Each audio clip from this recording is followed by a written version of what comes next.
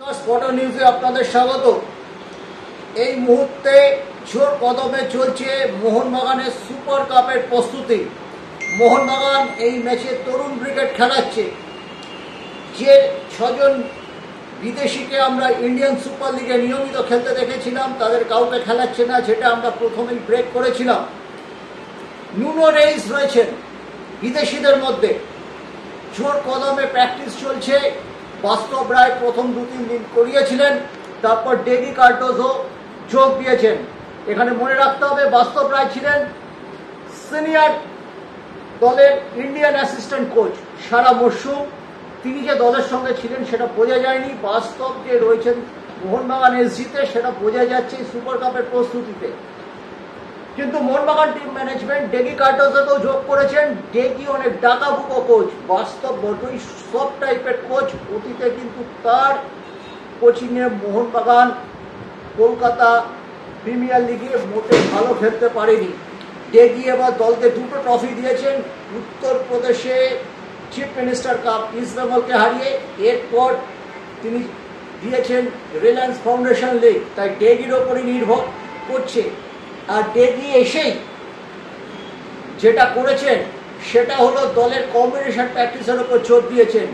প্রথম 14-15 জনের কোর গ্রুপকে তিনি ইতিমধ্যেই বেছে নিয়েছেন। মোহনবাগানের প্র্যাকটিস ভালোভাবে পর্যবেক্ষণ করে যেটা দেখা যাচ্ছে, গোলে খেলবেন ধীরাজ সিং। মোহনবাগানের 2 নম্বর গোলরক্ষক বিশাল কারিতের ছায়ায় তিনি গোটা মরশুম ঢাকা পড়েছিলেন, কিন্তু সুপার কাপে তিনি থাকছেন গোল পোস্টের নিচে। আর সানোয়া 2 নম্বর গোলরক্ষক। এবার আপনারা যদি দেখা যায় যে ভানওয়ালা এবং আমনদীপ সিং 2 সাইড ব্যাক। ভানওয়ালা কিন্তু গত সুপার কাপের একদিক থেকে ভিলেন, ইস্ট বেঙ্গলের বিরুদ্ধে তার দিক থেকেই গোল হয়েছিল। এখানে দানিশ ফারুক আছেন, নোয়া আছেন। এদের গতি রক্ষা ভানওয়ালার ক্ষেত্রে একটা বড় চ্যালেঞ্জ। তবে গত 18 মাসে ভানওয়ালা অনেকটাই পরিণত হয়েছিলেন। শেষ কলিঙ্গ সুপার কাপে যখন ছিলেন তখন তিনি ছিলেন অনেকটাই আনকোড়া। মাঝ মাঠে আগে আমি স্টপারের 2 জনের কথা বলে দিই। আপনি বলেছেন রেইসের সঙ্গে দীপেন্দু বিশ্বাস, ওয়ান অ্যান্ড অনলি দীপেন্দু বিশ্বাস জুনিয়র, যাকে মোহনবাগান স্টপার হিসেবেই ভেবে রেখেছে সিনিয়র টিমের জন্য। আগামী মরশুমে মোহনবাগান হয়তো কোনো স্টপার নেবে না। দীপেন্দু বিশ্বাসই হচ্ছেন ব্যাকআপ স্টপার হিসেবে থাকবেন টম অল্ট্রেট এবং রড্রিগেজের। এতটাই তাদের ওপর মোহনবাগান সুপার জায়ান্টের টেকনিক্যাল টিমের আস্থা। মাঝ মাঠে আমরা দেখব দীপক টাংরি, একদিক থেকে আমরা দেখব আশিক কুরিয়ানকে। সাহাল বলে ছেলেটিকে ডান প্রান্তে আমরা দেখতে পারি। এছাড়া আছেন শিবাজিৎ সিং, টাইসন সিং, এমসন সিং।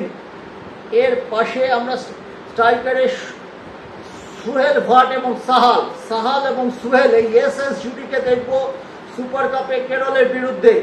কেরলে মিলস বলে একজন বিদেশি স্টপার আছেন। কেরলের ডিফেন্সটা তার উপরই ডিপেন্ড করে। যদিও কেরলের সবচেয়ে গুরুত্বপূর্ণ প্লেয়ার হলেন নোয়া এবং জেমিনেস, অপরচুনিস্ট প্লেয়ার। তাকে রোখাটা কিন্তু নুনো রেইসের একটা দায়িত্বের মধ্যে পড়বে। ধরতে হবে আমেরিকান ছেলে এই নোয়াকে এবং তার সঙ্গে দানিশ ফারুক। নোয়া কিন্তু অনেক ক্ষেত্রে আমরা দেখেছি ইস্টবেঙ্গলের বিরুদ্ধে ভেতরে ঢুকে এসেছেন এবং দানিশ ফারুক তাকে বলটা ফিট করছেন। নিশ্চয়ই মোহনবাগান টিম ম্যানেজমেন্টের নজর এড়িয়ে যায়নি এই যে নতুন স্ট্র্যাটেজি।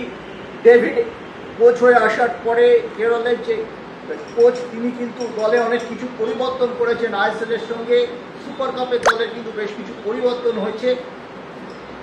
আমরা কিন্তু দেখব অ্যাড্রিয়ান লুনা মাঝমাঠে থাকবেন। খুবই মাঝমাঠ দখলের ক্ষেত্রে বেশ কিছু ভালো প্লেয়ার আছে কেরলে। এই ম্যাচটা কিন্তু মোহনবাগানের পক্ষে শক্তই হবে, খুব একটা সহজ ম্যাচ নয়। কিন্তু মোহনবাগানের এই তরুণ ব্রিগেড যদি কেরালার 4 জন বিদেশি সম্মিলিত দলকে হারিয়ে সেমিফাইনালে যেতে পারে তবে কিন্তু এটা বিশাল ব্যাপার হবে। মনে রাখতে হবে আরও একটা ডিসঅ্যাডভান্টেজ মোহনবাগানের এই দলটা কম্বিনেশন প্র্যাকটিস করছে, নিজেদের মধ্যে খেলছে।